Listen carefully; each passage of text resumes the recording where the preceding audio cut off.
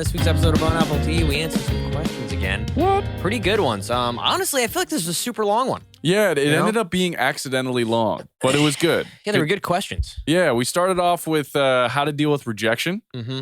Yeah, that was a heavy one. Yep, which was the only non-fitness based one, and actually slightly before that, we were talking about Adam and his competition, how he did in his jiu-jitsu competition, which was great to talk about. That's true.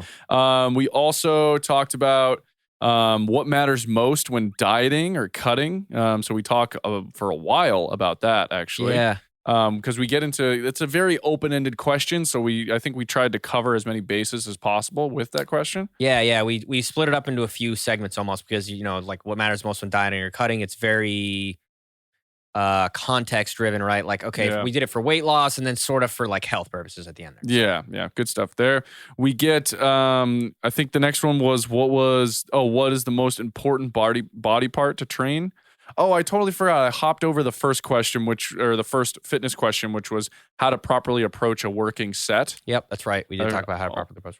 Yep, I almost forgot about that one. And then there's what's the most important body part to train or body section to train, which we have our opinions on that, and I think is really important for people to hear about. And then the last one was how do I get into combat sports, or like how do I like know how to choose which one to do. So instead of like telling you how to do it, I think we just both talked about how we got into our respective combat sports. Mm-hmm. And that pretty much is it. That was it. All right, enjoy. Well, welcome back, everybody. What's going on? We have a bunch of like Q&A questions. They're mostly fitness related. Figured it kind of makes sense because we had a really good podcast last time. We talked a little bit more about just like fitness stuff off the top of our heads, which was a lot of fun. Yeah, no, it was good. It was a good Before one. we actually got into that, though, I wanted to mention that last time you were on, we were talking about how I think you were prepping at the time to go wrestle. Or not wrestle, for jiu-jitsu. Oh, yeah, that's right. That was before, right? It was it was way before, I think. Yeah. And at this point, like, you had the comp. Yeah, it happened. Do you want to talk a little bit about it? Because it was, obviously, the results were really cool, but I figured maybe you could lead into, like, what it was like. Yeah. Things you did wrong, things you did right, you know what I mean? Yeah. It definitely, it was good. Like, I came in second, so I got, like, a silver little medal or whatever. Wait a minute. Yeah, there you go. I'm definitely going to go into another one as soon as I can. I think in May, I'm probably going to sign up for one. I think there's one in June too. So nice. I mean, they happen a lot, like all over the place in New England. But anyways, it was way more exhausting than I thought it was going to be. Like way more exhausting because, it's like 5-minute matches and we do them at the gym and we just keep going. So it's like, I'll do like 4 or 5 in a row at the gym. Right. And it's not a big deal. But like, I don't know if it was nerves or just like crazy like adrenaline spike. Did you take a caffeine supplement I did. or something? I took like a little bit of pre-workout. I took like half a serving of pre-workout. Okay. So it was like, didn't really help though, because it helped, but then it was like that on top of like just being adrenaline. Like adrenaline and like the anxiousness of like going. Yeah. So my heart's pounding. And then like also, I'm like warming up. I'm like trying to get psyched up. My legs are feeling a little weird just during warm-ups. I'm like, that's not good. Yeah. And then, the first match is like mostly wrestling, which is all standing up and like, basically like knees bent, whatever. And was that the one that I saw a video of? Yeah. Okay, cool. So, and it's like, it's very like exhausting. Like it takes a lot out of you. Yeah. So like when you get to the ground, it's a little different. It's like a different kind of like, cardio. And I do a lot more of that in the gym, to be honest. Right, than the standing up stuff. Yeah, not a lot of people do stand up. I'm always trying to because I know it's useful and it's like you go to these things and you start on your feet. You have to take it to the ground. So yeah. So it's like, how do you get from standing to the ground where you're more comfortable, I guess, right? Yeah. And like, I don't mind doing stand up. Like nobody else at our gym really does it with me. You know what I mean? Because like, it also gets a little more aggressive. The potential for injury is a little higher because you're high off the ground. Yeah, I was going to say, right. Like if you slam someone, that slam to the ground is going to be a lot harder. Yeah. Than like just a little turnover slam or something. Yeah. And so the potential for injury does go up. And we're, most of it happens on the ground. So we're practicing on the ground. But anyways, dude, yeah. I just remember the first round, like, came and went and my legs were I was basically like looking back at it now, like pretty much holding my breath for most of the first match. Yeah. And the one, like you said, the one that was recorded was the first round. Because I think I remember hearing, was it your coach or someone's friend? Like, Adam, breathe. Yeah, it was exactly. and it was like, because So we had so there's a bunch of people that I knew there from my gym, from like neighboring gyms and stuff that I've met before and rolled Mm. with. So it's kind of cool, and like everybody had matches, so we'd all go and like watch each other's matches and stuff. And like, there was this one guy who's one of the black belts at our gym and kind of has his own place that he coaches at too, that coached me during this. Mm. And he coached actually a bunch of us. Like, so you sit in the chair next to the scorekeeper and like he's like shouting shit at me, telling me to, this, that, whatever. Yeah. Like, oh, watch, sweep the leg. Dude, and I mean, basically, and it's funny because like, I could hear everything he was saying. You know what I mean? Right. Like I was especially during the first match, dude, I was so just like tunnel vision, yeah. like just like fuck, like friggin' ape mode. You know what I mean? Yeah. And yeah, and I mean, I smoked the first kid. Not gonna lie, like the first kid, I definitely I beat him like 8-1 or something in points. Wow. And then holy crap, like not even close. Yeah, because you get so many points for certain positions, and I went through like 3 different positions on this kid, and then and I swept him, which you get points for sweeping too. So it was a lot, and it was good, but I just was so unbelievably tired after the first match. I was literally like, I don't know how I'm gonna fight somebody else. I'm literally like fucking exhausted, dude. Yeah. My legs felt like rocks. I literally had Kareem shake my legs out. Wow. And then like literally like not even 10 minutes later, it was like another match. Wow. And like my heart was like pounding, dude. I couldn't breathe. I was like, oh my God. And I walked onto the mat again and I was like, dude, I got to do this again. I literally took like one step onto the at and my leg was like shaking. It's like, oh, this is terrible. It's almost like you're about to get up for an intense presentation kind of a thing, where you get the weak legs. Dude, it was that like times a million because I just, my adrenaline had just, take a nosedive and I'm just like, oh my God. Yeah. And I'm like, walking onto the mat, like my legs are shaking and I fight the second guy and like I think he beat me like 1-0 or something or whatever the last match I did ended up being like 1-0. Okay. So really close. Wow. So that match must have been very like aggressively stagnant. And I say stagnant not as in like, oh, you guys weren't doing anything, but like, no one was really getting anywhere. I think I tripped or something and like he got like an advantage point and then basically like once he got that, the rest of the match was like me like chasing him down and he was just basically like backpedaling away from me the whole time.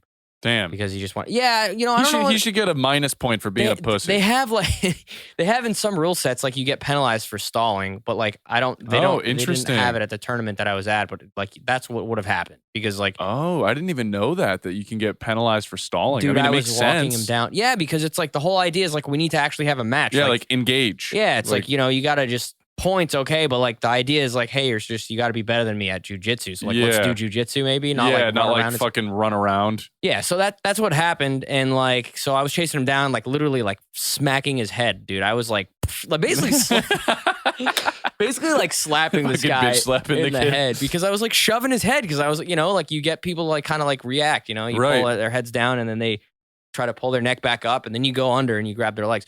So like, we're doing a lot of that, whatever. And dude, I just remember it was exhausting. That's the biggest takeaway. And I got videos and like, I just need to chill next time, not do anything like heavily caffeinated. Yeah. Just relax. Yeah. I feel like, the mud water or like even like that Gorilla Shroom product, like stuff that's going to be like adaptogenic and a nootropic would probably be like your go-tos, like a little bit of L-theanine type stuff. Nothing that's going to get my heart rate like through the roof. Like, and I guess like no pumping type formulas either because you don't want to get a pump. Yeah, because I don't want exactly like I don't want to like I want to just be like hyper hydrated and I want to be relaxed. Right. Those are because I need to just conserve my energy. Use it when I need to use it. Which is kind of it showcases the first match where like. You got 8-1 points. So it's like you might have been able to save your strength and energy by just like getting 6 points as opposed to like being hyperactive and running out of breath and all this stuff. Dude, it was so spazzy like on the also feet. Like, and how do you even know? Like, because are you calculating the points as you're doing it or are you just thinking? So I know like when I was on top of the guy, I was just looking at the scoreboard. And also like, interesting. So there's a real-time scoreboard that you can watch? Yeah. Oh, okay. And there's like the time on it and everything. But also like you have to hold a position for like 3 seconds for it to count points wise. Got it. Okay. So if I get into like a position like side control or like top mount, I have to stay in there for 3 seconds in order to get the points.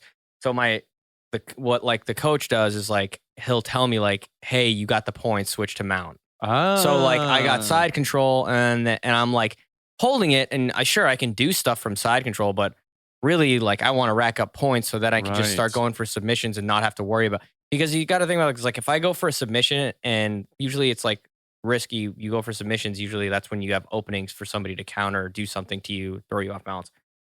So like if I go for a submission and like I get swept, then he gets points. So like what you got to think about is like, all right, I'm going to get a comfortable lead in points, and then I'm just going to try to go for submissions because like I want to finish, I want to finish this dude like yeah, with a you sub. want to, yeah, exactly. Because that's like an immediate win, right? If you submit and someone. it's just like I'd rather win by submission than points. Like, you know what I'm saying? I'm just trying to beat this guy. Right, because it's a guaranteed win. You don't have to worry about like, oh, did he get more points? I don't know. I wasn't keeping a mental count. And just like, it's just like I'm trying to just be like, hey, I fucking like I'm better than you. Look at this, I beat you. You know what I mean? Not like in that sense, but you know what I mean? Like I'd rather finish a match via submission than points. You know? It's just more satisfying. Yeah. So anyways, yeah, dude. So like, that's basically like, so the coach will shout that out. So he was like, okay, I get points for passing guards. I pass guard, I get into side control. I hold it. He's like, all right, you got side control, go to mount. I went to mount. And then he's like, he told me when I got the points for that. He tells me how much time I have left. So he'll be like, oh, there's 30 seconds. Wow, so left. the coach is extremely helpful then. Yeah, because I don't want to be looking over, you know what I mean? Don't. Like, because you never know if you look over now, maybe your neck's exposed or you're just not paying attention. You're not in it. Yeah, and stuff happens quickly. So like now when you watch tape back, do you see things like, oh shit, like I should have, or I could have? Yeah, 100%. I mean, the thing is too, is that like, as I was doing it, like I kind of knew what was happening. Like I would go for a takedown. I was like, okay, I didn't grab low enough on his knees. And so he was able to stand up, where if I grabbed like behind his knees, you ever get hit behind the knees, it kind of makes your legs buckle. Yeah. So yeah, I just sometimes, like a couple times I grabbed too high, and I could see it in the tape too. And I was like, okay, yeah, I did. Almost like grabbed his thigh as opposed to like where his knees are. And like just where my head was and like how my leg drive was. And I needed to stay more on top of my legs instead of like in front of them. Yeah, like more center of gravity type thing. Yeah, so there was just a couple things. Like I knew it was happening while I was doing it, but I was like, my legs are too tired to, and I also, we don't do a lot of like stand up shooting. And I was just trying to take this guy down because it was like, cool, he's not doing anything. I'm just going to take him down. So I was definitely pushing the pace, and I was trying to do that because, like I'm trying to control the pace of the match. And if I'm just like walking this guy down, he's going to be like, I don't know how good he is fighting off of like his back. He's like backstepping.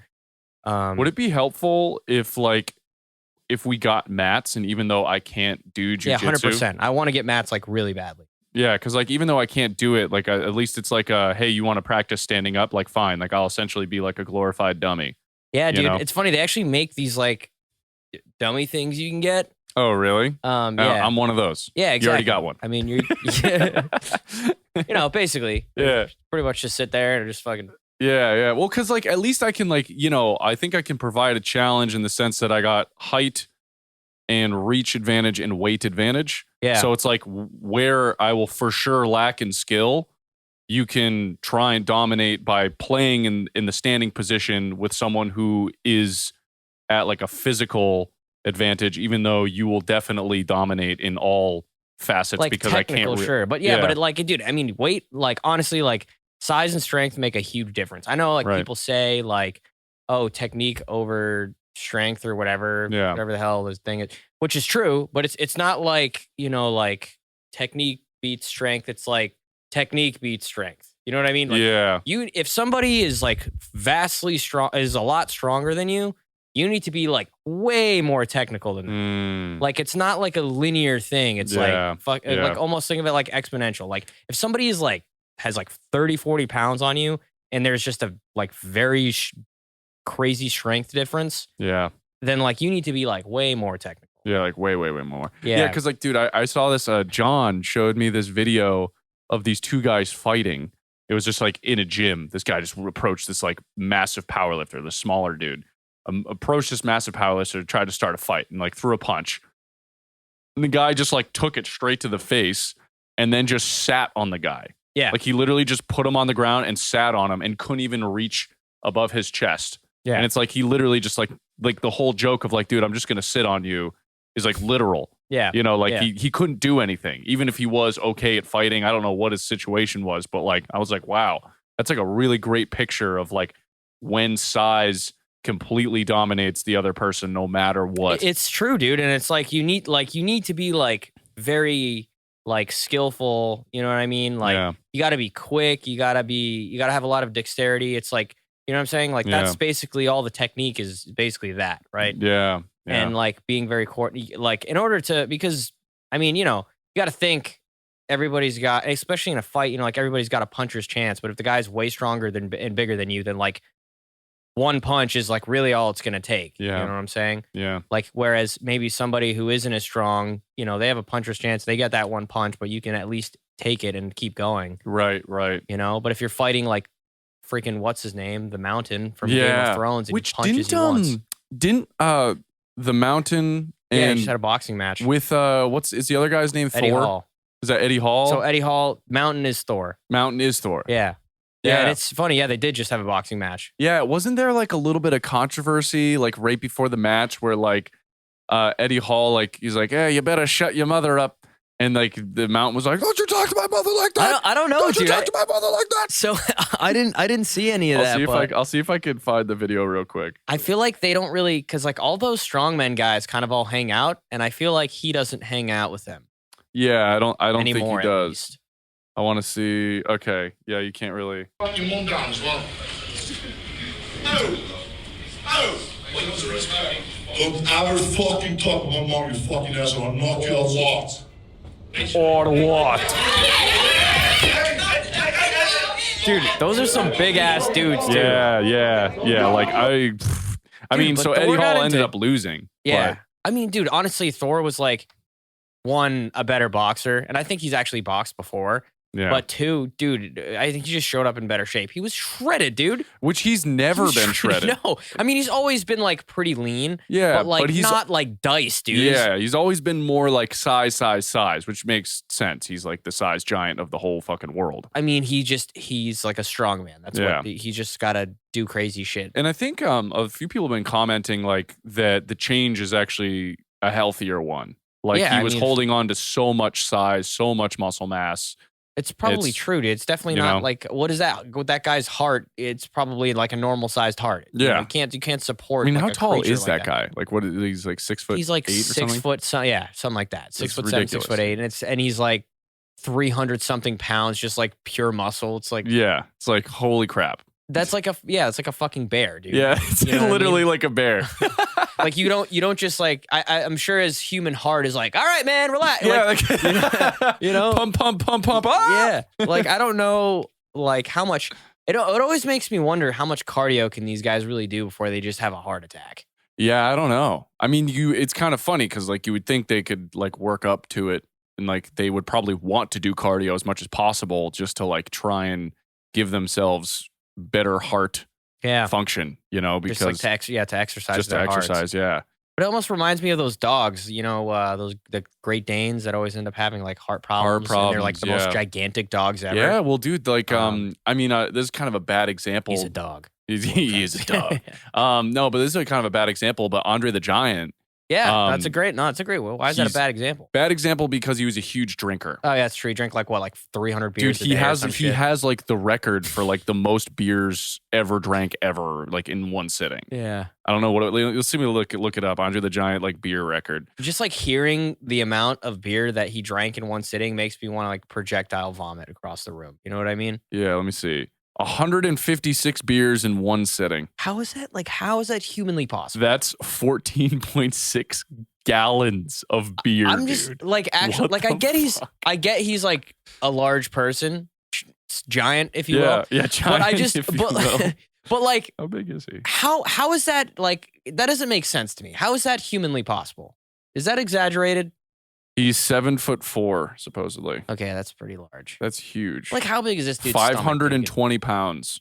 Yeah, what the fuck? I mean, he was definitely not a lean machine, but like, you know, as see, here's an example of that. Like, no He's amount of technique is gonna let me beat up Andre the Oh, Giant. yeah, that's true, dude. You know what I mean? It's gonna be like flicking off a fly. Like I'm gonna go like literally. I'm pretty sure he could like half punch a normal person and they would fly across the room. Like I'm like legitimately don't know if I would have enough strength, even if I was in a good like leveraged position, to break that guy's arm in an arm bar. Yeah, You know what I'm saying? like you could break my arm for sure. Yeah, for sure could break your arm. I Hey, think he would just. I don't like the I way think you he would said just pick me up. Well, dude, I'm just saying, like, you know what I'm saying? No, I know, like I know. his arm is probably like similar, if not larger, than my thighs. Yeah. So you know like what I'm trying saying? to like trying to do that, dude. Yeah, it'd be kind of funny. I feel like if you went to give him an R bar, he would just like shoulder raise you. Yeah, you know what I mean. He would literally pick me up and just slam me on the ground, and my skull would explode. He'd be like one of those fucking, not to Elden Ring it, but he'd be like one of those giants in Elden Ring that just like, literally that. And you know what I'm saying? Like that's one of those things. You'd have to choke him out. Yeah. And, you know, that guy's probably got like a 40-inch neck. I was going to say, I don't even know how you could get your hands around it. Like, Yeah. you'd have to, like, really impact his windpipe. Arm. I honestly don't know that I'd be able to get my arm, like, all the way across to my shoulder to grab my shoulder. But, like, yeah. Yeah. You could choke him out, probably. I mean, I don't know. We don't have to sit Hey, here they and did it. debate They how did it in, didn't they do it in The Princess Bride? I think someone got on his back and put him to sleep. Is that how it went? I think so. Watch that. It was a good movie. It's been so long. Well, let's get into some of these Q&A questions here. Yeah, let's do it. So, you know, definitely next time. I don't know when you're doing your next comp, but when you find out, we'll have to talk about that too. For sure. So, a few of the questions we got. We'll start the first one off that's non-fitness related. This one comes as here we go. This one is, how do you deal with rejection?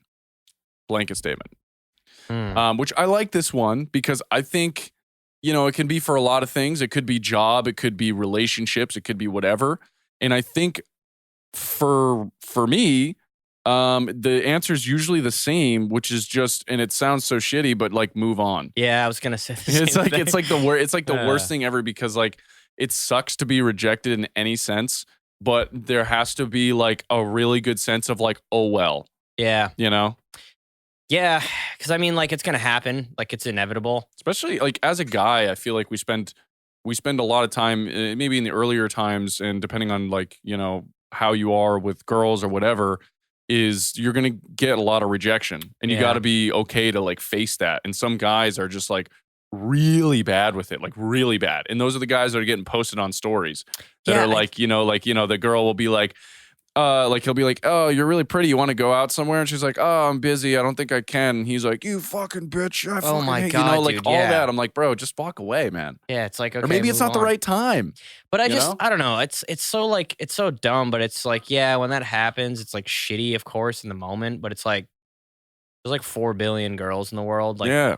I'm sure one of them's gonna talk to you. You know what Yeah. I'm saying? And Yeah. like, it's stupid, and it's like, but that's it. You know, it is what it is. It It's like is, I yeah, need it that is on a what it shirt or is. something. It's like Yeah. I say that every 5 minutes. But it's like, It is what it is, and oh It's well. true. You gotta is what it is, and oh well your way through life. You really do. yeah, and like, it's one of those things where right now there is a 100% chance that at some point in my life, from this point on, I will get rejected again Yeah. in whatever it In is, whatever not just with facet. Yeah. And it's like, what? So is this, my life is just over? Yeah. No, No. it's gonna happen again after that too. But it's like, is that it? No, I'm just gonna keep You going. keep going. And I mean, a really good example that I can mention that's like really factual is just when I'm submitting my short film to all these various friggin' film fests. I've submitted this thing to almost at this point 60 or 70 different film festivals. Yeah. Still waiting to hear back from about 30. And there's been about Really? 35 no's.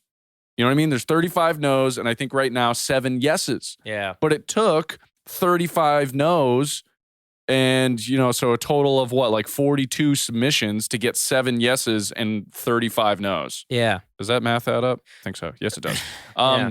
But like, it's one of those things where rejection is not the end. It's just the start of going somewhere else. Yeah. Yeah, exactly. Or And- like, you know, like you're not, like, you technically haven't failed until you like give up. You know what I'm saying? Then Ooh, you've like that. officially failed. Yeah. So it's like, you know, it's so dumb, but it's like, you know what I mean? If you want something to happen and one thing doesn't go your way or one thing doesn't work out, like, is that it? Yeah. Like, you know, all these successful people that you see, you know, it's not like they're just inherently better as a person. It's just a dude. Yeah. You know what I'm saying? It's just a guy, just a chick, just some person, whatever. It's just some guy or some girl that just kept at it until it worked out. Yeah. And the refining process is important too. So it's not like, I think sometimes people will get rejected and be like, oh, the other person sucks and it's not me, it's never me. Yeah. And so there does need to be like an assessment, because sometimes it's a fair rejection. It's like, oh, they rejected me, but it's not really that I'd said anything wrong or did anything wrong or anything's really wrong. It's just maybe I'm not the person for them, whether that's a job or wherever. Yeah. Saying generically here. But sometimes, like, you know, guys especially relax a little bit, you know, loosen up. Dude. Like just see a lot of guys just really like shooting themselves in the foot before they even get started. You know? It's like, you know what's really gonna work? Freaking the fuck out after hearing no. Yeah, it's like, oh my God. Yeah, okay, no. Maybe think about that for a second. Yeah. Sit in your thoughts before you Do you know how many times I've asked a girl to hang out, or like I was flirting with a girl in a DM and it wasn't really, not that it wasn't well received, but it was like, oh, it's not the same energy. Yeah. What I didn't do was go into that girl's DMs and be like, you slut, I fucking hate you, you piece of shit. Yeah, you know, all I did was not message back after she didn't message back. And then whatever, then a friggin' year goes by, and then you hit them up again or something happens, and oh, it turns out they were in a relationship before and they just weren't public about it. Yeah. Okay, well, so there you go. Now, had you shot yourself in the foot before, that whole thing wouldn't have been available for you in the future. Yeah. I mean, it's just like, I don't know. You know, it's if you just treat it as like black and white, you know, it's like, what, are you going to force somebody into wanting to hang out with you, or like force somebody to do something, like force a company to hire? Like, that's not how it is. It's like, it either makes sense or it doesn't. And if it's a case where you're looking for a job and they don't hire you, you know, that's when you ask for like feedback. Hey, what was it that, you know, it's like, what was the hesitancy about, blah, blah, blah, because you need to know. So like moving forward, you have more information, and guess what? It doesn't happen the next time. Yeah, that's like, a really good point, because I think that is something that most people don't do, is a follow-up. Yeah, just don't take it personally. You know what I mean? It's like, if you're actually trying to get better at something and there's a reason why you're not getting your desired outcome, it's, you know, you figure it out and then you like adjust and you try again. It's like you do it enough times until you piece together like a formula that works. You know what I mean? Right. It's like with everything. Yeah. And I think the overall thing is like loosening up and like, you know, flowy conversation, not being too serious, not taking things too seriously. Yeah. Depending on what it is, like I get it. If it's like a formal job thing, like yes, be formal, but also be personable. And I think sometimes people lack the personability. Is that a word? I think so. Anyways, every time I say a word that's like more than two syllables, it's just like, I don't know. Oh, God. Oh, God. Let's not go there. Hey, Siri, how do you spell personability? That's not a fucking word, you idiot. Yeah. Dude, my favorite is when I don't know how to spell something, I just talk it.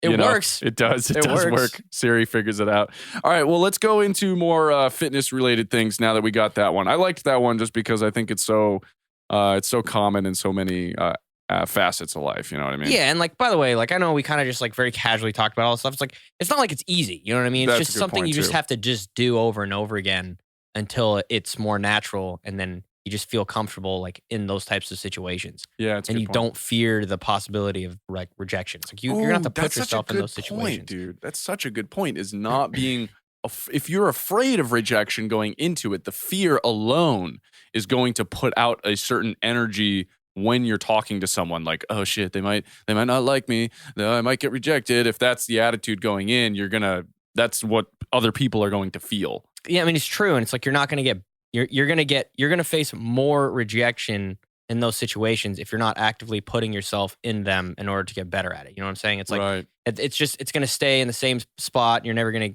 get to the place you want to be, and the possibility of getting rejected is gonna be higher as opposed to if you just walk through the fire, learn something, and then try it again, and now you're good at something. Yeah. You know what I mean? Yeah. So, yeah. But anyways, yeah, we can move on. Yeah. No, but that was good. I'm really glad you put the cap on it on that. So, one was how to properly approach working sets.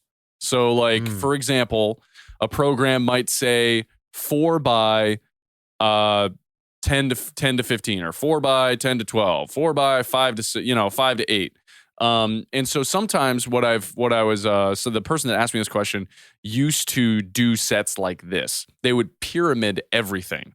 So if the program was written such that it was a four sets of 10 to 12 reps, they would start with 12 reps, and then they would increase the weight and then go to 11 reps and then increase the weight and then go to 10 reps and like try to pyramid their way through the working set, as opposed to choosing a weight that's tough to get 12 reps with and trying to stick with that consistent weight throughout the working set. Yeah. So I guess that's my point, is like sometimes people think you have to pyramid the whole set, but my thought is that you should pyramid in the way of like warming up, right? Like let's say you're doing a squat, you do your primary stuff, like your priming, like let's say that's all out of the way and now you're into your working set. Well, you don't just put 315 on the bar and start squatting. Yeah. It's like, okay, you work up to it, but I don't count any of the preliminary working up to sets as my working sets. Yeah, me neither. Yeah. So I guess my suggestion here is like you find, okay, this was my warm up. Now I'm going into my working set and I'm going to choose this weight and stick to it.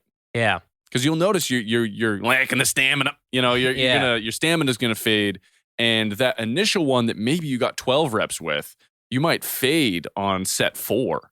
Yeah, I agree. And usually I won't do any more than like if I'm doing 4 sets of 4 working sets, I'll usually only do like 1 warm up set. Yeah, maybe 2. Right. And like I'm not doing like 15 reps. I'm doing like 3 or 4, and if the motion feels good, then it's like, okay, I'm moving on to my next set. And I think the reason that you're able to do that is because you do put an emphasis on your priming. Yeah. And like the only reason you're doing the warm up sets is like, you want to just make sure that the movement doesn't feel awkward, like mentally and just coordination wise, right? Like, okay, is my CNS working right now? Can I sit into a squat comfortably? Can I blast out of the hole? You know what I'm saying? And like, how strong do I feel today? Yeah, that's it's what the preliminary stuff is. And then like if you're doing like an 8 to 12, and you don't want to keep pyramiding, you could just, like you said, I don't know, like pick a weight that if you're doing 8 to 12, maybe you get 11 reps with. Yeah, and just literally use that as the working set the entire time. Yep. Because what's going to happen is start with an 8 rep, right? Or a 9 rep, and then see if by the end of the program you can get it for 12 or the end of the phase. Yeah, exactly. So that's actually a good point, is like you can do this multiple ways. So if you're following a month-long program and some of the sets are some of the working sets are like a 4 by 8 to 12, like you mentioned. And you could do this a multitude of ways, which is why working out is a lot more fascinating than I think sometimes people give it credit for. Like people will be like, oh, it's boring to show up. And it's like, well, it's not if you approach it correctly, which is this idea that you can either go in, keep the same weight the whole time and start with the 8 rep, sort of like, whoa, this was kind of challenging to get 8 reps. Let's see if I can do it for all 4 sets. And then see if you can do more reps by the end of the program with the same weight when you started. That's a cool way to say, wow, I got stronger. Yeah. Another way, it's cool because it's like tangible, you know what I mean? Yep. And another way to do it is go at the max side of the range. So go to 12 and get that 12 set, and then increase the weight next week. See if you can still do 12. If you can't and you're a little bit under, that's fine, but you're still within the rep range. You're still good. And then see, it's kind of like I think we maybe exhausted that, but like I think that's a good way to, like, if you're wondering whether or not you should move up in weight. Like if you have a rep range you're trying to reach and you're at the upper end of it, and like say by halfway through a phase, like you got your 4 by 12 reps like every set, then like, yeah, you should probably add weight the next time you go in. Yeah, that's a good point. Because like you should be, if you're getting all 12 reps for 4 sets, you're at that point, that rep range, like you can definitely push the intensity a little and drop like a rep or 2 off. Yeah. In wake of adding a little bit more weight. Yeah, exactly. And like, the idea is to build strength. But I guess it's honestly like, it depends what you want to train too, because, maybe you want to just be able to do more reps. Yeah. So you stay at the upper limit of that rep range, and it's like, you finally you watch yourself go from not being able to do 12 for 4 reps to being able to do it. You get a little bit more muscular endurance. Like I don't know, and you're right. That's like what makes it working out more exciting. It's like little micro goals. It's like, oh, 3 weeks from now I'm gonna be able to do this. Yeah, and I think that is something that people kind of miss when they're not following a structured program, because what they do is they're just going in like, oh yeah, I saw this workout on TikTok. I do 4x10. I do a 5x8 over here, and that's it. And you don't want to have to. I feel like it's just like the less like thinking you have to do when you're there, and like the more just straight executing is. It's going to simplify your life like crazy. It's going to make it feel like you're actually making progress. Like we've harped on why you should follow a program a bunch of times, and it's like every single time I'm like, you can, if you want to do something specific to your goals, like cool, follow a program and then either add or subtract something. Yeah. You know what I mean? Just, or like, on off days, just like, oh, I wanted to work on this. Cool. Throw it in on an off day. It's like, you know what I mean? Like it's way easier to start with something that's like mostly there. And instead of using 100% of it, use like 80% of it and then like tweak something, but then write it down. You have a set thing to do. So you don't have to walk in like, shit, what am I doing?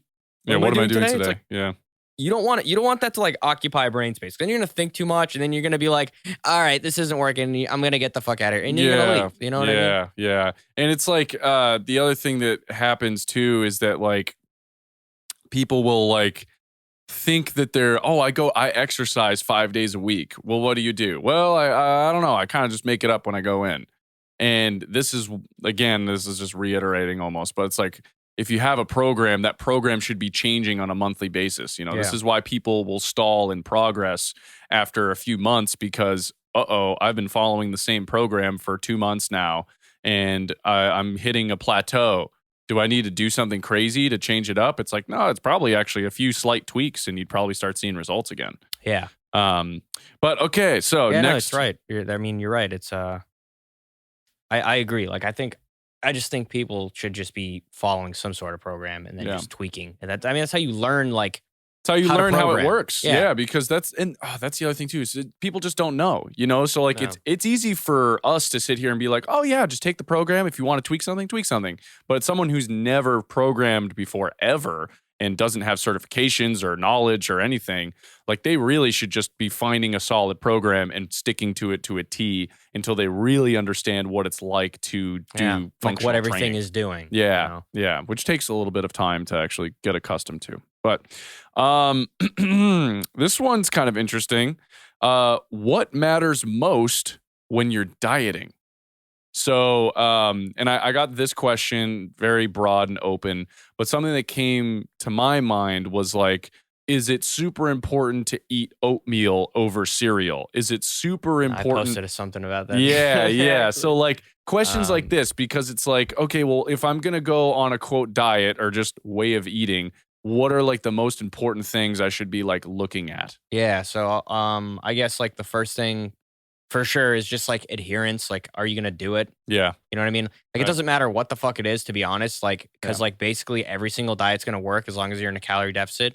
That's like what a diet is. If the goal is weight loss, right? Yeah. If the goal, sorry. So yeah, I guess I mean, this is why it's such a broad topic, right? Yeah. I mean, we can make it about weight loss because your boy's getting shreddy right now. I feel like we have to like I think it's just you know what? We're gonna talk about. We're gonna call this episode "How to Get Shredded" or something like that. Dude, I'm just thinking too, like when people are like, "Oh, this is healthier this, healthier that." I'm like, well, what is it? What does it mean that it's healthy? What the fuck does that even mean? It's low in calories. Does that make it healthy? No, not necessarily. That's right. It's like that's like a loaded term like that. I don't think it's super contextual, and it's like, okay, healthy, like this is completely on a person to person basis, like, and it's relative. Dude, the best makes no sense. Dude, the best was my uncle sent me an article. This was a while ago. He sent me an article. Did you know it's actually healthier to eat 2 burgers instead of a burger and fries? And you read the article, and what is the conclusion? Well, 2 burgers most likely is going to be a little bit less calories than having a burger and fries. But it's like, okay, well, in that situation, I actually kind of agree with that. Yeah. But it's like healthier, like to me, it's like, okay, people are like, oh, yes, here's a recipe for blank, but healthy. And then it's just a fucking regular ass recipe. And I'm like, what's healthy about this? Oh, dude, because like you threw the calories up? Yeah, the it's healthy, not even low calorie. Yeah, the healthy brownie, dude. Dude, it blows my yeah. People phrasing things as like, oh, like brownie baked oats. I'm like, baked oats, it's a fucking cake. Yeah, You're using oat flour, okay? It's flour it's flour, eggs, and butter. That's a brownie. It's a chocolate cake. That's it. What do you mean baked oats, dude? Oats, dude. What kind of bullshit game is this? Cake. It's just a cake and someone on the other end trying to be like trendy about it. It's a fucking cake. Dude. It's Betty fucking Crocker. I'm not gonna wake up and bake myself a chocolate cake, dude. More than toast.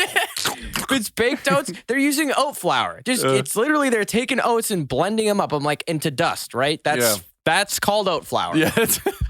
So okay. Oh, flour, cocoa powder, eggs, and butter. Oh shit. Oh fucking wow. Good morning. Yeah. You know Good morning.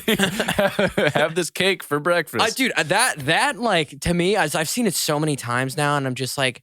It just makes me so angry now. Yeah. For no reason, by the way. It's like so stupid, but it's like triggers me. Like I see it and I'm like, well, because I bet you those comments are like meme with the guy like but like the comments are probably like, oh my God, I never thought this healthy alternative to a regular brownie. And it's Dude. like it's probably the same. it's like all these baked oats things and it's like breakfast shit, right? And I'm like, okay, but like 150 calorie bowl of cereal is bad. Yeah, dude. But avoid fucking Chex Mix, dude, or avoid That's a giant chocolate chip cookie you're eating for breakfast there. And I'm an asshole because I'm eating Cheerios, Honey Nut Cheerios. Whoops. the multigrain ones, which are just way fucking better for some reason. Yeah. The multigrain ones are actually not bad. The dark meat of Cheerios. The dark meat of Cheerios. They're delicious.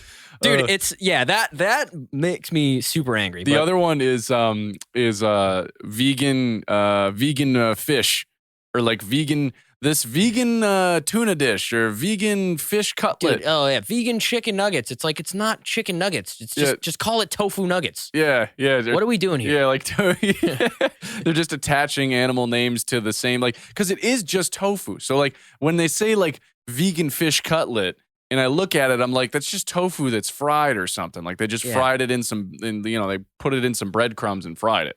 It doesn't make any sense. It's just like branding, I guess. yeah, vegan ground beef.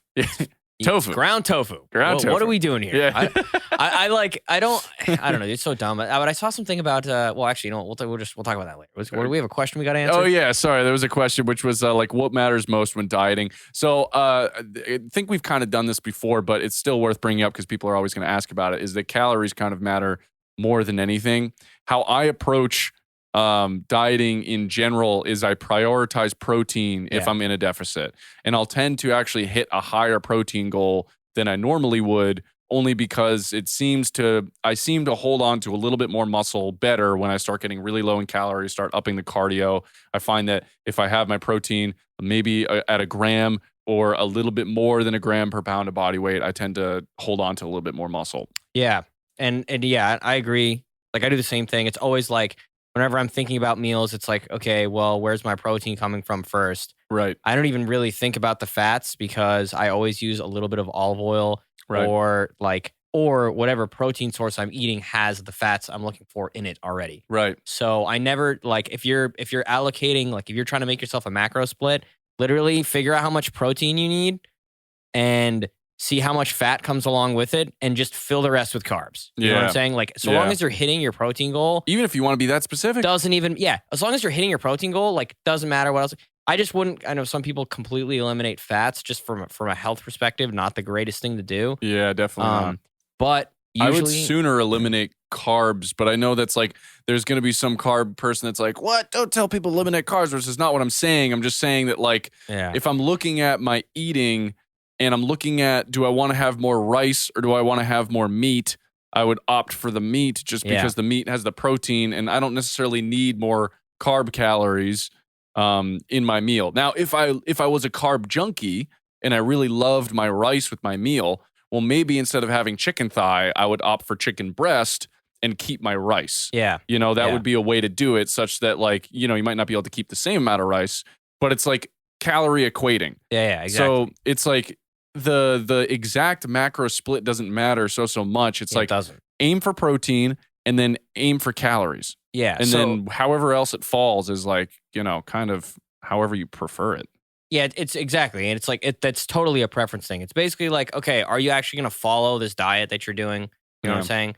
And, like, are you consuming less calories than you burn, right? So Yeah. calorie deficit. And I would say like the macros don't matter unless like, okay, if you want to lose weight, macros don't matter. Yeah. If you want to lose weight and keep some sort of shape that is like physically like what you would want to look like, aesthetic. most likely, I'm guessing, Yeah. you're going to want to go high protein or enough protein. Yeah. You know what I mean? For example, the person that asked this is 6'5". He's a big man. Oh shit. Okay. I know exactly you probably what know. you're talking Yeah, about, of course. You already know who this is. But and he sent me he tracked all of his eating for like 4 days, and he sent me all the splits of everything that he ate all in a row, everything, just so I could have a peek at it. He's like, hey, what do you think? And I was looking it over, and the first thing I looked at was I saw in the morning he's having like 10 grams of protein. And then at lunch, he's having like 30 grams of protein. And then he has a shake, and then he gets to dinner, and he has like 10 grams of protein. And at the end of it, one of the days, he literally had like 90 grams of protein as a 220-pound, 6'5" man. Okay, yeah. So like I eat like 1.5 times as that much. Exactly. And like his highest protein day was 140 grams. And I was, that's still something low. like I would eat. Yeah. And he's like twice my size. Yeah, he's huge. You know, he's like I said, 220, and he's like a healthy 220 because he's like 6'5". So 220 spreads out actually pretty nicely. He's thin. He's not overweight by any means. He just wants to sort of like trim up. And so I think in his effort to trim up, he like cut things out like eggs, and he cut some meats out. And oddly enough, he kept things like clam chowder. And like, he's like, oh yeah, I have like a handful of nuts because like I like to like, you know, it has good protein. I'm like, well, I mean, so it like does, not but terrible from like if you want healthy fats and you're not planning any fat sources in your meals and you're eating lean protein sources like chicken breast, sure, eat a handful of nuts. That's totally good for your health. Yeah. But yeah, I mean, like, it's like, you can explain. Yeah. Which was what I told him is that the nuts, if your goal is not weight loss, sure, the nuts are fine. But if like your goal is weight loss, it's very easy to eat a bunch of nuts. And for the protein that you get from them, they're very high in calorie fat wise. Yeah. And it's like not a good source of protein. Yeah, they're really not. Like that's why like peanut butter is actually like kind of a terrible source of protein. Yeah, because it's like bang for your buck. It's like you're just consuming so many calories and fat for like minimal protein. Yeah. You get a better protein profile out of just like almost any like other lean protein source, any lean meat. Drink a protein shake at that point if you're struggling. Yeah. So like larger people like that, you know, it's like, okay, supplement. But like in the grand scheme of things, right? Calories in, calories out. And if you're going to think about macros, which I would think very close to the calories thing is just protein. One, because like you said, like we kind of just discussed, it has like a muscle sparing effect. So you're not going to like completely deteriorate into nothing. Right. You know, it's satiating. So the more of it you eat, the less hungry you're going to feel. And if you're trying to lose weight, like that's a big thing that's going to be annoying is just like feeling hungry. Yeah. Also, it's very hard for your body to turn protein into fat. Not like, of course, calories first. This is all like some side bullshit. Yeah. But like, if you're eating a lot of protein, like it is extremely hard for your body to take that and store it as fat. Yeah. So doesn't want to do that. Yeah. So in terms of like body composition, like a lot of protein and honestly before bed apparently is like a thing. Oh, interesting. But like, again, like the first thing is just like make sure your calories are in line.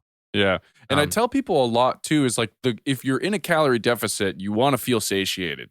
So what are some like ways to feel satiated? Well, high protein, but also like don't skip out on your green veggies and stuff. Like if you can stack your plate full of peas and broccoli and green beans and all this stuff, mushrooms, and realistically, it's going to be hard to like eat as many calories and vegetables as you would as pasta or 100%. Rice or bread. It's things you can eat in bulk, right? Like for example, like cabbage, like, you know, you could eat like a whole head of cabbage and it's like 20 calories or some shit. It's like ridiculous. That was a little bit of exaggeration, but it's almost that though. Yeah, it's really not. It's not far off the mark. I mean, that's why I like one of my favorite cutting snacks is a pickle. Yeah, because pickles are fantastic. Dude. 0 calories, has a little bit of salt, but like don't be too afraid of it if you're exercising. Yeah, you know, it's nothing crazy. I used to eat pickles before I exercise. And it's like actually, I'm gonna have a pickle when we're done with this. They're tasty. They're satisfying. I mean, I just like acidic things. Pickles also just in general, like pickled things. Like if you're meal prepping, will spice up your meal prep. It'll make it more appealing give you a little bit more variety. But like, yeah, dude, I mean, vegetables, right? Like just eating bulk vegetables That's is like like the a first thing I huge, do is like just up the veggies a little bit because it's like it's really tough to like even get near the calorie value of like rice and pasta Mhm. in terms of veggies. But and then like also just like making sure you're sleeping well and oh, then, yeah. pairing it with some sort of exercise. Yeah, and the Um, exercise is important too because like you can lose all like I know like my a while back I had an uncle that was trying to lose weight and he's like I'm going to do just dieting first because I don't want to I'm not trying to build muscle. I'm just trying to lose the weight. I'm like, well, like all of this will be easier if you do exercise even like 1 to 2 days a week. yeah. You'd be really surprised at the results that you're going to see because it's not just fat loss, it's fat loss and muscle gain. Mm. Even if the muscle gain is very minimal, it's still gonna the fat that you have will rest over the muscles and look more aesthetically pleasing because there's muscle tissue there. Yeah, for sure. Um, and so I guess that's the probably the important part when you are losing weight. It's important to exercise in some sort of way. Yeah, I mean, and it helps like, and just I guess from like a health, perspective, because we kind of just been talking about dieting for weight loss, and if Yeah. you're already just a healthy weight and you're just wondering about like Getting shredded. just diet in general, a good variety of things. Also, okay, I forgot to mention too, just for weight loss purposes, like if you're gonna eat fruit, like berries are really good. Yes. You know what I mean? There's not a lot like strawberries. I think are the most I would say calorie friendly, and you can eat a ton of strawberries for very minimal calories. Yeah, we had that whole and- fruits and veggies episode, and I Yeah. remember like when we did the thing on strawberries, I was like, really? Yeah, They're well, I was that always low? surprised. I actually should have this week instead of raspberries and blueberries, I should have just got strawberries. They're large. There's a lot of water content in fruit, so it's like it's very hydrating. It's just a good idea in general, right? So if we're talking about diet and health, I mean, I don't know if I would rope this into diet, but also you want to make sure you're drinking a lot of water because, like, Yeah. Obviously, Well, water helps People with don't being drink. satiated. If you're full, helps if being you're satiated. if you're drinking a gallon a day, you're gonna feel that in your stomach. You're gonna feel Yeah. more full simply because you drank more water. For whatever sure. reason, it's the hardest thing in the world to convince people to drink water for those that have tons of water available to them. It's the craziest thing ever. Yeah, until you're like super thirsty and then you slam like 30 ounces in one sitting because, Yeah. you know what I mean? Like, and when you're that thirsty, it's almost like too late. It's like, hey, Yeah, it's you definitely should've- you missed the mark. Yeah. you I know. mean, still drink the water. Yeah, but- definitely. Yeah, it's not like it's over, but you know. it's done. That's it. You That's can't do it. anything. Ah, shit. But yeah, I guess from a health perspective, just eating a variety of foods and just making sure you get just make sure that the only thing you're not just eating like just carbs. I know people that just eat like, oh yeah, I had toast for breakfast and then pasta for lunch and then you know what I mean? Yeah, like they think they're eating healthier because it's low calorie, but all their low calories are just like nothing.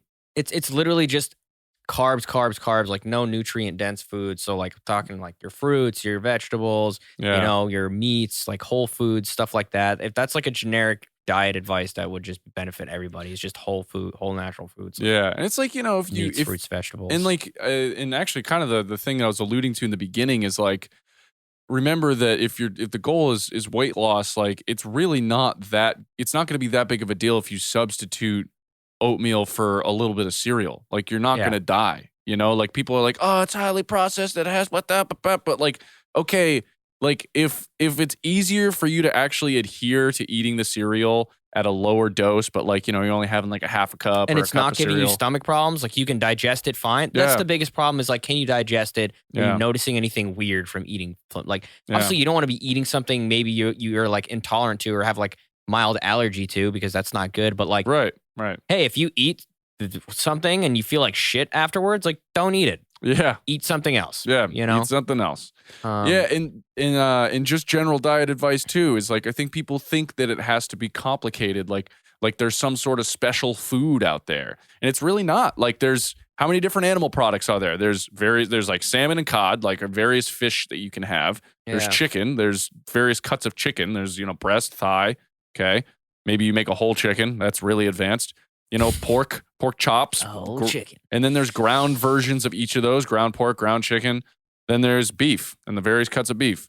The only thing that really changes is the cuts that you buy and then the way that you season it, which is Yeah. why if you are sticking to a way of eating, the most important thing for me to other people is that find something that you like, that you can cook or that you can find and make consistently, and do like little switch ups. Yeah, to like for change sure. it. And that's why I like making like pickles and sauces, because I could literally make the same meat every single day for a week and just change the meal completely by putting a different sauce on it and a different type of pickle. Yeah. So it's like, Yep. you know what I mean? It's like takes me one day to make those things, maybe like 2 hours, and it's like super passive, right? Like you boil water and you let it sit when you're making pickles, basically. Yeah. How do you make So it's pickles? like- Because it's I've literally watched like- you do it, but I don't really understand it. It's like vinegar, one part vinegar, 1 part water, and then basically a pinch of salt. There's technically like a percentage salinity you're supposed to do, but I just grab like a handful and throw it in. Okay. Interesting. And then you just boil it, and then you cut up your pickles, however thin you want them, and put them in a jar. And then you basically just pour the liquid into the jar, and then you let it sit and then cool to room temp, and then you throw it in the fridge. And then like usually the next day, it's just their pickles. Wow. And so I'll put spices in it too in the jar. Yeah, I was noticing that. And so the Yeah. spices kind of flavor it like an extra step, Yeah, right? it depends like what you want the pickles to taste like. Some people put sugar in them, right? Depends what kind of. That's like the butter chips or whatever. Yeah. You get like the little pickle chips that go good on burgers. And like some people use like rice wine vinegar for some of the like Asian pickling that like they do. Interesting. I'll throw garlic in there. You know what I mean? Garlic, really, you can't go wrong with garlic. It's delicious. Yeah. Some black peppercorns, whatever. The thing is, like, you can do whatever you want. You know what I mean? Right. It's like there's no rules. You know what I'm saying? Yeah. There's like a million recipes online, but I think pickles is one of those things that are super easy to do, and it's just like basically a 0-calorie thing, right? I mean, it's just Yeah. fucking, That's why I love it during a cut, because it's like, oh, and like a pickle, like when you get the big pickles, it fills you up. Like Yeah, you're like, dude. it's surprisingly satiating. and it's not just cucumbers, by the way. I'm talking like pickled onions. Like if you wanted to make tacos, tortillas are not super calorically dense. You know, you just cooked up a little ground beef. Your taco is going to be a million times better if there's pickled onions on it and like a little Oh. bit of chopped cilantro. Yeah, that sounds amazing. You know what I mean? Actually. Make a cut, like, and that's why I like having a little bit of sauce in the. But that's the thing is like, I'll make the same thing and basically eat basically the same thing for like 2 weeks, and then I'll switch it up after 2 weeks. Yeah. Like that's how you get the variety in. But it's Yeah. I eat the same thing all the time, but you know, Dude, I I'm mean, a it's- robot. like or Android. Randroid, But the it- 6000 version. but like, you know, another thing, I guess one last thing or a couple last things here is just like just try measuring out a serving size of something. Like if you're gonna eat Mhm. something like cereal or like oatmeal or whatever, like measure out an actual serving size. That's an easy way to not overconsume on Yeah. that front. Is like measure out a serving size, and then you know like, oh, this is 150 calories. Okay. Yeah, Um, it gives you like you know what this is like, and I love making this comparison. Is people are like, oh, is it unhealthy to track your calories? Like, I feel like it's not good to do this. I'm like, well, like, would you spend money without knowing how much money you made or how much money you had in the bank? Like, Yeah. probably not. You wouldn't. You Yeah. wouldn't. It's like you spend money according to what you have, hopefully. Yeah. And so it's the same thing. It's like, okay, well, I can't eat 5,000 calories a day. So if my caloric limit is somewhere in the 2000s range, the reason I track is to just get an understanding of like, oh, okay, so this cereal, like you mentioned, this is 150 calories worth of cereal. Okay, cool. Now I know when I pour that big bowl for fun at nighttime of Reese's Puffs is definitely not 150 calories. That's Yeah, probably yeah. a solid 300 to 500, honestly. Yeah. And so it just gives you you're more aware. Like you're just more aware of how much you're spending on calories if it's more apparent. One tip I wanted to give too is instead of using like oils and stuff to cook or butter, and if you're really trying to cut and you're trying to get super lean, they make these really good sprays. Yeah. And I'm not talking about Pam, because the Pam sprays have like chemicals in them and you don't have to have that. They literally make like, we buy the ghee one, the Mhm. ghee butter, and it's literally like 10 calories per 1 second spray. And all it is air compressed with like butter. And so it just comes out of a nozzle. Yeah. And because you're just spraying it, it hits the whole pan. And then it's only 10 calories as opposed to 100, 200 calories. Yeah. So that's like a really easy way to cut that out too. Anything else before we move on? Oh yeah, don't eat out. You know, just cook your food. I guess that's not Oh. necessarily like specific diet advice, but it is because you don't know what they're cooking their food in. You know, if you go out to a steakhouse and you get a steak, they're probably soaking that thing in butter on the stove. Like it's Yeah. getting basted for 10 minutes, and it's like, Yeah, that's why it tastes so good. yeah, you know what I mean? Like they have like literally a like pool of butter that's just constantly just being tossed on top of it. Yeah. So yeah. That's why it's so rich and so shiny when you get it. When you cook a steak at home, it's usually not that shiny. Unless you're doing basting it. your steak. Yeah. Unless you're basting it. But if you're trying to lose weight, probably not. Right. Yeah, So, exactly. Yeah. so No, anyways. that's a good point. Like trying to eat in as much as possible. And then if you like, let's say someone's like, because I've always heard this too, like, oh, like you can't even go out to eat with your friends, right? And I'm like, well, I can. I'm just more conscious of what if the goal is like weight loss and I'm trying to be conscious of what I'm eating, I'll look at the menu and find something that's a little bit more friendly. So like if I know this place is just rich in burgers and like fried stuff, a lot of times they do have a salad you can just toss on grilled chicken with, and then that's pretty low calorie. Yeah, and that's the thing. And it's like, you're right. Just like well, if you are going out, it's like, what kind of smarter choices can you make off the menu, Yeah. It's like, do yourself a favor and don't go crazy. But also, going out one time during the week isn't going to screw up your entire. That's the thing. You know what I mean? Yeah. Especially if your goal is like a forever sustained diet of like getting to a point and you're not trying to do like what I'm doing right now, which is like cutting for a specific purpose. Yeah. Where I'm trying to like hard cut for things. Yeah. Like this isn't something you would normally just do. No, I wouldn't just drop my calories from 2,800 to 18 to 1,700, add 15 miles a week of running, and then add boxing training and weight training all in once. Like that's just ridiculous. And most people, like, you wouldn't actually want to do that. It's not sustainable. I'm not going to sustain it after this is over. But like, but like, you gotta do what you gotta do. Yeah. But the point is that if you are just like dieting, trying to be healthy, and you don't go out a ton, and all of a sudden your friends are like, hey, you want to go out? Like that one night, when you're hanging out with your friends, don't go buck wild. Yeah. But you can get like a nice chicken dinner, a nice little steak dinner, and just don't go crazy on the desserts or anything, and you'll probably be fine. Yeah. But the other question that we got that was pretty good here was, what do you think the most important body part or body section is to train? Most important body part or body section to train. So like body section, like you could say legs. That's exactly. As a section. Exactly. So my thought is back. Yeah, I was gonna say back too. Yeah, that's a good one. And I think it's because a lot of times we don't have good like body awareness of our back. So like you'll ask someone to train the back, like they'll do a row, and they won't be actually squeezing their lats or their back. They're like squeezing their arms, and they're shrugging their shoulders, and they just have really bad posture. And the bad posture thing is a big reason why I think training back is so important, because most people are like, even us for our jobs, we're all like leaned over and scrunched over and over our phones, always very front heavy. So I think anything that pulls your shoulders back is going to be super helpful. It's tough too, because a lot of that has to do with like your hips too, like posture. So I almost want to say, like, I know it's kind of cheating, but like I almost want to just say like your like whole posterior chain versus your anterior chain. Like, so if we're talking about like halves of your body, like split like this down the middle this way. Right. Well, nobody can see that. Yeah, but, if they're watching YouTube, if you're watching YouTube. Yeah, so go on YouTube and watch us in minute something or the other. Yeah. But what is that? Sagittal plane?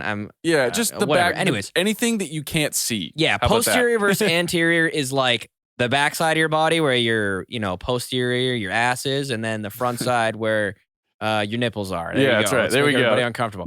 So anyways, yeah, because we're always like, it's easy for us. It's very natural for us to deal with things in front of us. The second anything goes behind our body, it's very not natural. Yeah. Like, for example, like your strength as a person goes from being extremely strong with your arms bent out in front of you to extremely weak just slightly behind you. Yeah. You know what I mean? You have like no power when your arms and whatever, your limbs are behind you like this. Yeah. You know what I'm saying? You can't see what's going on, and literally strength wise, you're not oriented that way. Yeah. So anything that pulls yourself back, like literally, like if you think of, like you mentioned with posture and stuff, like everybody likes to bench. Like when you're doing back exercises, you got to think you're doing the exact opposite of benching. Yeah. So like, pulling yourself into a position where you would be stretched out for a bench, right? Yeah, like, which is why getting strong in something like a pull up or anything like a low cable lat pull helps with your bench, because it's the exact opposite motion that you're going to be doing.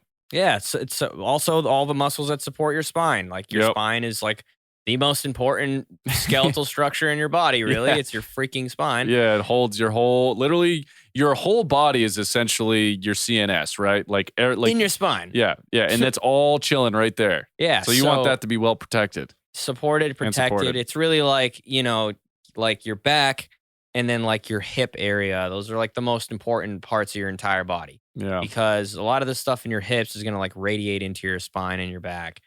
So, yeah, I mean, I don't know if it's like cheating or not, but like I would just, Yeah, really I mean, say, I like- kind of like that answer though, because, we're still talking about the back, but if we're going to talk more about why the posterior chain is important, like you're talking about things like hamstrings, right? Yeah, And exactly. glutes and things like that like really drive like the back side of you from the ground Movement, up. exactly. Like lifting things, like a lot of like explosiveness happens from there. Your Well, think hips about are like when you extremely bend over to important. pick up something that's on the ground.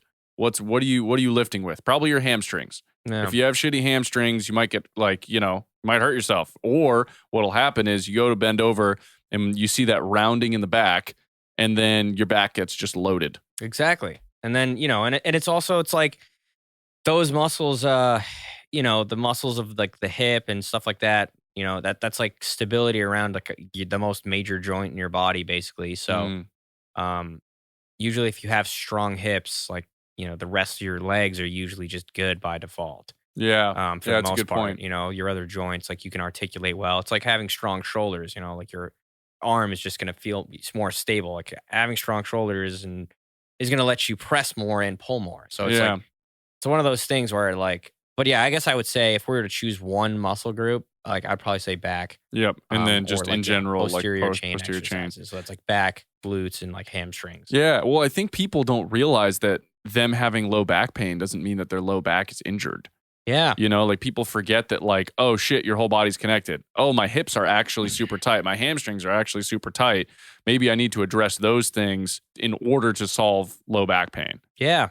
Yeah. It's like for sure. Yeah. That's a cool question too, though. Yeah, I like that one. It was a little odd, but it's a good one. Let me see. The other one we have here is getting into combat sports, just like how to get into combat sports and how to choose a combat sport for you. Okay. And this was the last question I got. And so I'll kind of speak from experience because I literally for this movie role got into boxing just for the role. I've wanted to get into boxing for a very long time, mainly just because I think I have like a decent build for it. There's still a lot of skills involved that I need to learn in order to do it. But I was always drawn to it. Like, I loved Rocky and everything that he had to do with those movies. And I always just like idolized like that style of training. And I like the idea of being able to punch, Yeah. like I can't like throw a punch at all. Like I before training that I started, I couldn't do anything. I had all this muscle mass and nothing to do with it. So the reason I got into even doing combat sports aside from the movie was like, hey, like there might come a time I'm not a person that gets into fights. Like I'm usually making friends with people or like it's a word exchange. It's never a fist fight kind of a thing. Yeah. But I never want to be in a situation where I don't know what I'm doing at all, where I can't even defend myself. Yeah. Like that's like and so that I guess is why I think combat sports, like someone would want to get into combat sports at all, is just the ability to defend yourself, not to, go out there and start punching people. Yeah, for sure. But like, what made you get into jujitsu? Yeah, that's funny. Just go out, just sock somebody at a bar. And actually, usually people who are like good at combat sports like, aren't out here trying to get in fights. You know Yeah, what I'm they saying? aren't Like, because they know. yeah, like you know? they exactly. So, like you have that confidence. Like a lot of times, people get in random fights are just like a little insecure about something. And so, Yeah. if you were confident in your like ability to kick someone's ass, like you're not looking to kick someone's ass. You're just like, yeah, I could. But it's not worth it. Like, I'm not trying to get the police called and ruin my life over the sake of some guy I'm never going to see again. Yeah, exactly. And like, it just lets you stick up for yourself too with a little more confidence if somebody's like talking shit to you. Like, you can talk shit back, and if it escalates, like you can defend yourself. Yeah. But like, yeah. So I don't know, dude. I've been like into shit like this forever. Like, I was into boxing for a little. Like, I didn't really like box per se. I've been doing like a handful of classes. Mm. But I was always looking for like a good gym, and it was always just really expensive, and I never really had the money. And so, I watch a lot of fighting, and so I've like picked up like how I should move and stuff just because I've watched so much of it. Mm. And like, I just get really like obsessive over things, and so like I was in like this huge like YouTube hole for a while, and just like whatever. But like, you don't want to practice bad form and ingrain that into your habits, right? So I wasn't really practicing a lot because I was like, okay, well, if I'm gonna box, I'd rather do it with a coach. So if I do something wrong, they can point it out immediately. Right. Because if you learn something because you've done it so many times, it's gonna be harder to like unlearn it and relearn it than it is to learn it for the first time. Correct? Yeah, yeah. Which is why I was so adamant about training with John or just like somebody that like had experience one-on-one with me where they could stop me in my tracks. Because I knew there was going to be a lot of moments where he's like, no, your feet up, your hands up, dude. Nope, you got to twist. Like, dude, I have a lot of problems when it comes to boxing right now. But like, seemingly every time I throw a punch, I'm like not twisting my hand. I'm like just punching like this, dude. And that's why I like just so stupid. I tell people to like just watch like professionals do it, or like even just like I wouldn't say movies, but like just watch people fight and just watch how they move. Because if you can just see what they're doing and just try to do exactly that and don't even think about, oh, well, I need to twist my hand. Oh, I need to do this. Just like see the motion and see if you can recreate it. Don't think about what you're doing while you're doing it. Just see like, can I make myself look like what that guy's doing right now? And then most of the time it's like, oh, I'm doing all those things. Yeah. Because like you know what I'm saying? It's like, yeah. And so like, I mean, it's like watching like it's like kind of like, you can learn a lot by watching a really good drummer play the drums. Exactly. Like with little things that they do, whatever, and like pick up on them. You know what I'm saying? So it's like, and it takes, like I watch a lot of matches and like, I will literally like sit there and just like literally like, you know what I mean? Sometimes I'm like in my car zoned out, just like visualizing like what I'm gonna like when I go into my next like match or like sparring session, like what I'm gonna do. And then like I'll just do it, and it actually helps a ton because like it happens, and then I'm like, oh yeah, I literally like sat there and like pictured this in my head, kind of as Dana would say, manifested. Dude, honestly, like and it's like you see it, it's funny because like in some like fucking anime shows and like cartoon shows, sometimes you see people like, oh yeah, it's like visualize, like we're training, and they're just they're just I'm like, but it down works, but it works. I've done that so many times. I've sat in my bed, like just trying to go to bed, just like thinking, okay, if I wanted to do this move, just like visualizing myself doing it in my head a million times. And then when I go to execute, like, boom, it's there. You know what I mean? Because I've like almost programmed it into my head. So I don't know. But anyways, hold on. How did I get into jiu-jitsu? I mean, oh yeah. And like, why? Like what would like, if someone's like, oh, I want to do a combat sport, but I don't know like what I should choose. Like, so what makes you choose jiu-jitsu as opposed to doing boxing?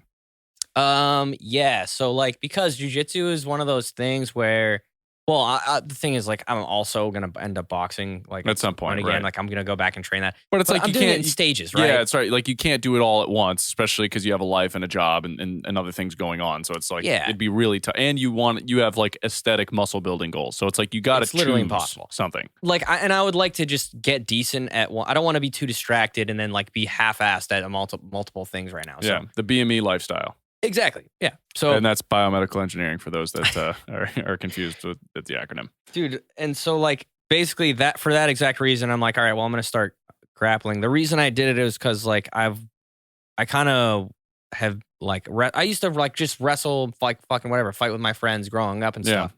And I was always like pretty decent at it. I've been like the same size like my whole life. So like my proprioception's pretty good.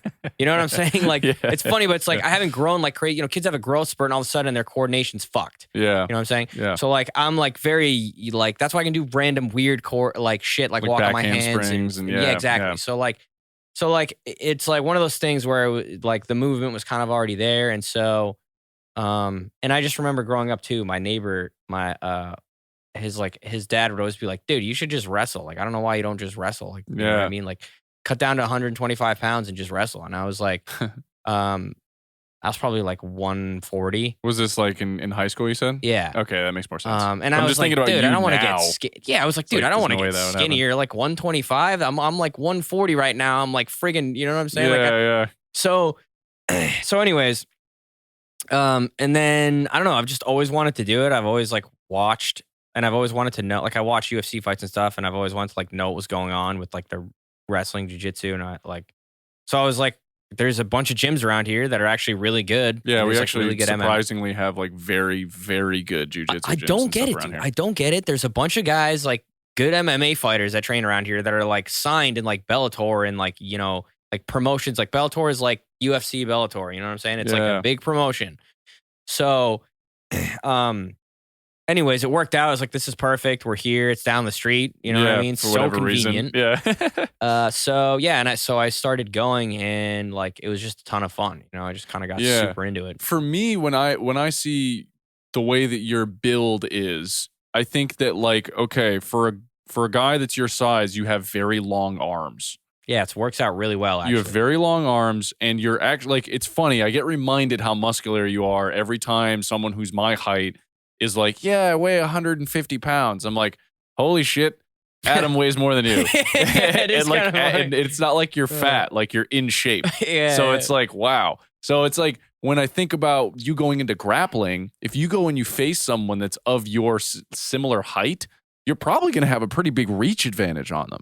Yeah, for the most part. And then like, so our wingspan's actually pretty similar. Even if they work out, crazy. Like I'm always like, oh, you work out, like, but like a lot of people like work out, but like not really. Yeah, which is kind of what we were talking about earlier. Like they go to the gym, but they're not really doing anything. Yeah, so like I'm like, okay, and the strength helps a ton, right? Yeah. And one of the reasons I did jiu-jitsu too, and why I would recommend if somebody who's new to combat sports wants to do it, is like, it's one of the, it's supposed to be like the poster child, like martial art for like, you know, a really small person beating a really large person. Right. Because like you can do that in that sport. Like you can choke someone out. You can like break. You're doing like joint locks. You know what I'm saying? So, oh, dude, those heel hooks, dude. Oh yeah, that's you could blast someone's ACL right off their knee. So God. And yeah, and it's like it's just everybody's very welcoming. It's a crazy good workout. Like it's like flexing your entire body for 5 minutes straight every time you spar. So it's like it's very exhausting.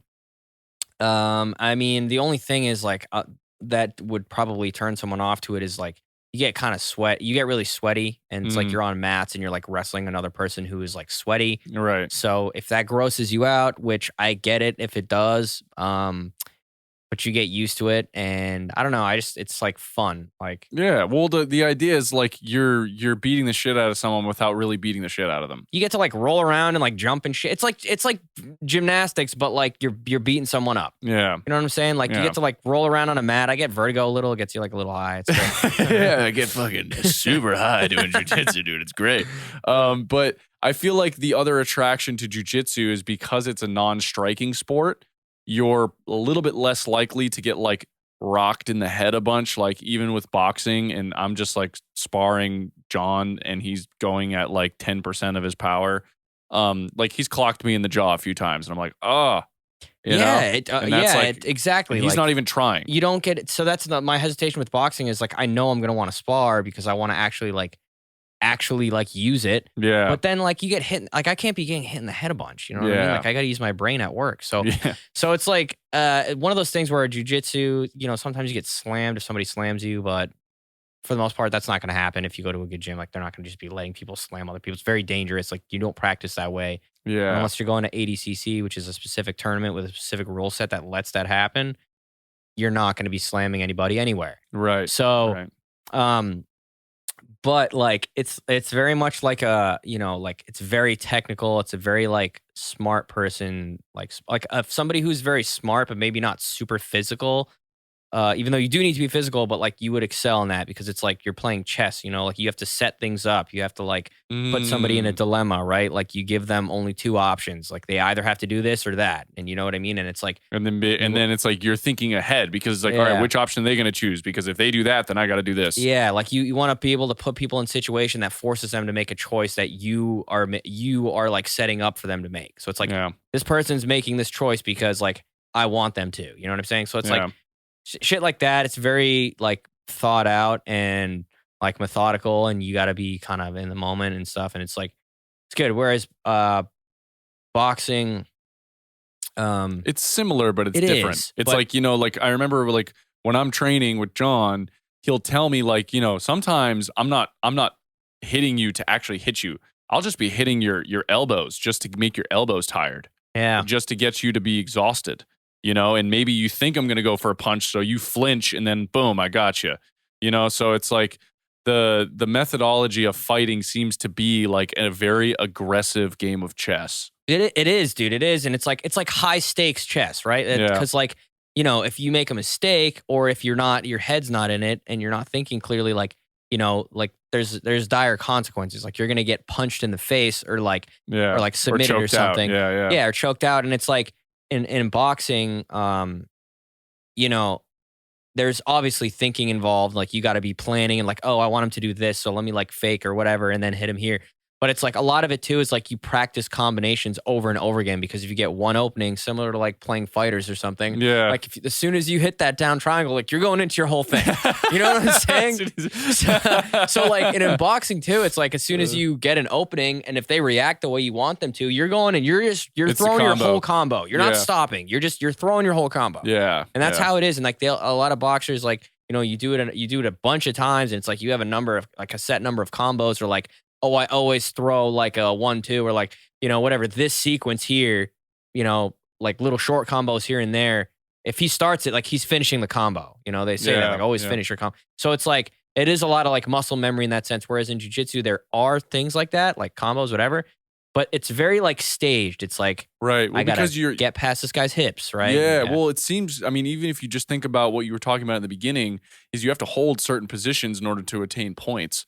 So a lot of it is like, all right, get to here, pause. What are we going to do next? It's very quick in the moment, I'm sure. Yeah. But like as opposed to boxing where you're doing these combos, or like some sort of like MMA or karate or something, where it's like combo based or whatever, you're like very statically holding things. Yeah. And like thinking like, okay, the next thing I'm going to do is this, but if he does that, then I have to go over here. And then like, the quickest moments that you have are like those big like lunging moments, at least based off what I've watched and even like seen you do, is like the fastest movements are those where someone tries to get an opening and get you down or like tries to make a big move. And like I'm kind of like not like spazzy, but like I can like jump and like I'm kind of quick. So yeah, I was gonna say you're using your speed to your advantage. And like I'll do shit that like there's a bunch of different ways you can roll. That's just kind of my style because I can do that. Right. It's probably not sustainable. Maybe when I'm older, I'm probably not gonna be doing that. Yeah. But like if you roll against a guy that has good pressure, so he's really good at like understanding his or her own weight. And so, you're feeling pressure the entire time. It feels like you're drowning the whole time. You know what I'm saying? It's like you're trying to move and get out and you literally can't because like you're getting crushed. It's like, it literally feels like you're drowning. Like, it's like, oh man, it's like, you know what I mean? It's not pleasant, but like, that's part of like the technique is like, you can do that to somebody where literally like they just feel your weight on top of them the entire time. There's a position called knee on belly. I'm not super good at it. I don't use it a lot, but it's like, Josh does it a lot to me where his knee is like right here and like my solar right flex. in your freaking pulling bread my basket, body into dude. it basically. Oh my God, dude. You can't breathe. You literally like he's on my diaphragm. I'm like, like I gotta get out. I'm used to it now. So like I'm better at it. You know what I mean? Like I'm like, I know how to like, and not freaking out about it. But like, dude, that's definitely, and brutal. You know what I will say in kind of like tying the bow on this whole combat sport thing is I do think that most people should do some sort of combat sport, if not to compete or to even spar with someone, just to understand how little you actually know about fighting. Yeah. Like just like, because it was, and I already knew I didn't know a lot about fighting. I'm not one of those guys that was like, oh yeah, I'll kick your ass. I always knew that my words were going to be better or to get the fuck out of there. That was just, I was never a fighter type of person. But learning fighting and understanding that I don't even know where to put my feet and that like, trying to spar John when he's barely trying and me throwing a punch and him just easily dodging it. I'm like, wow, like this is hard, like legitimately challenging. And I think if more people understood that, there would be way less fights in the world. Yeah, for sure. And like, I also think it's just one of those things where like at least jiu-jitsu, like, if you start doing it and you like it, it'll also give you motivation to just work out because you want to get better at jujitsu. And, you know, like being stronger is always going to help. Like strength is never a weakness, you know, weakness is never strength, you know, that saying or whatever. Yeah. Well, so it's the first time I've heard it, but I like it. It's just like, you know, like technique is great, but like, you know, it's like squatting is like an expression of function. You know what I mean? Because like you have to be very functionally capable in order to properly squat.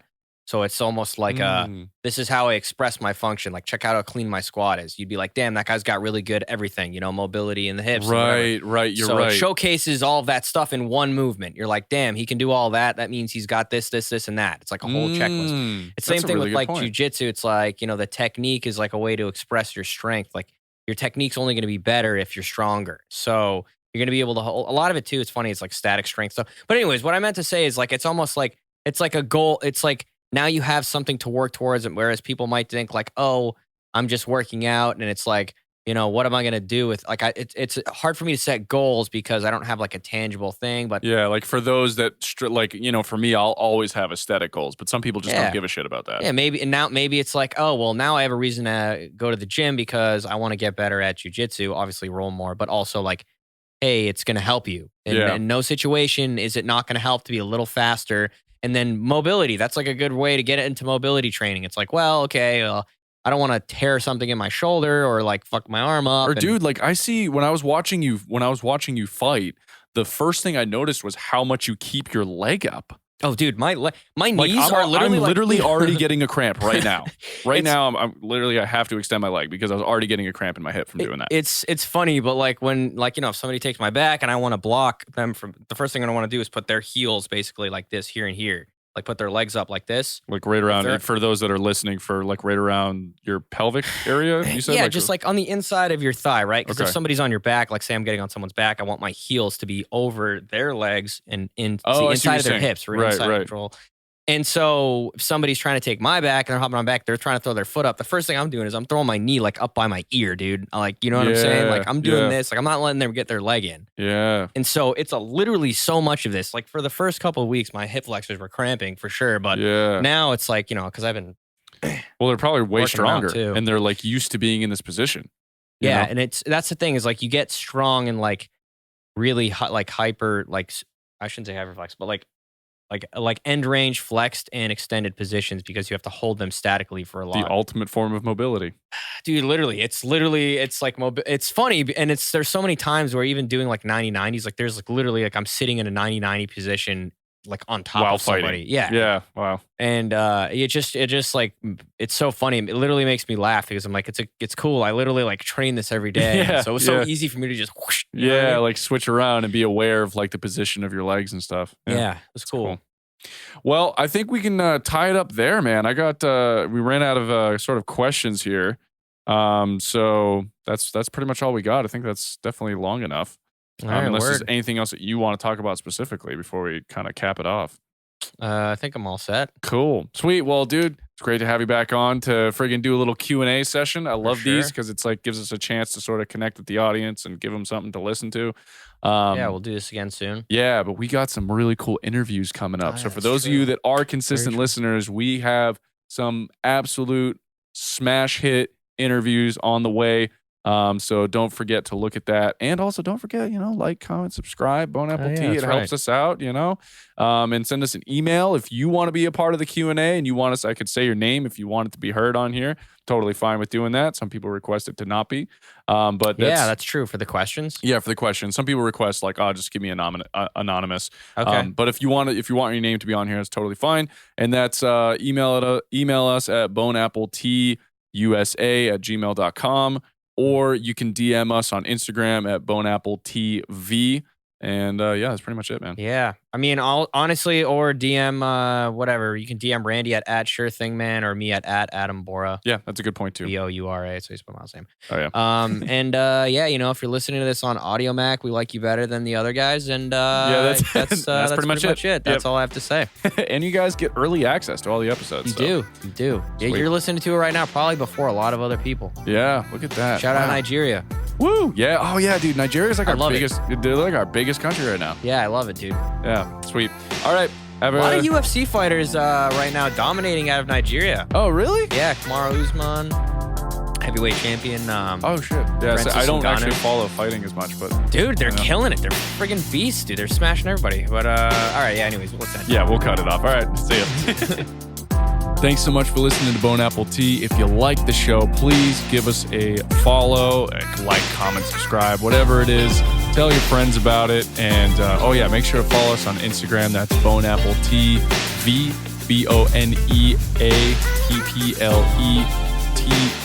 BoneAppleTeav on Instagram. Thanks so much.